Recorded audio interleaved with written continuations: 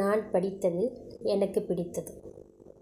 ஒரு கட்டுக்குள் இருக்கும் 500 ரூபாய் நோட்டுகளின் உரையாடல் இப்படியாக இருந்தது. ஒன்று டாஸ்மாகில் இருந்து வந்த 500, மற்றொன்று பூ வியாபாரம் செய்பவரிடமிருந்து வந்தது. நீ எப்படி இங்கே வந்த என்று டாஸ்மாக் 500 பூக்காரி 500 கேட்டது. பூக்காரி 500: பூக்கட்டி வியாபாரம் செய்கிறவங்க ஒரு வாரம் சம்பாதித்த பணத்தை மளிகை கடையில் சாமான் வாங்கும்போது என்னை அவரிடம் கொடுத்தாங்க. அது சரி, நீ எப்படி இங்கே வந்த? டாஸ்மாக் 500: தெருமுனையில் இருக்கும் டாஸ்மாகில் பிராந்தி வாங்கும்போது சில மணி நேர போதைக்காக என்னை ஒரு குடிகாரர் மாற்றினார். பாத்தியா, நீயும் நானும் ஒன்றுதான், ஒரே மதிப்புதான்.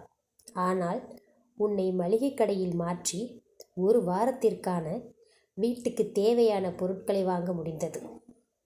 பூக்காரி 500: ஆமாம், பணக்காரர்களுக்கு ஒரு வேளை போதைக்காகும் நம்மை ஒரு ஏழை ஒரு வாரத்திற்கு பயன்படுத்தலாம். டாஸ்மாக் 500: ரிசர்வ் வங்கி கணக்கு புத்தகத்தில்தான் நானும் நீயும் ஒன்று. ஆனால் மனித வாழ்க்கை புத்தகத்தில் எவ்வளவு பெரிய வித்தியாசம் பார்த்தாயா? பணம் இருக்கும் மனிதனுக்கு என்னுடைய மதிப்பு சில மணி நேரங்களே. ஏழையின் வீட்டில் உன்னுடைய மதிப்பு பல வாரங்கள். பூக்காரி 500: ஆமாம், அரசாங்கம் நம்மளை ஒரே நாளில் டாஸ்மாக் மூலமாக அள்ளிடலாம்னு பார்க்குது. ஆனால் மளிகை கடை வழியாக அரசு கஜானாவிற்கு போக ஒரு வாரம் ஆகும்.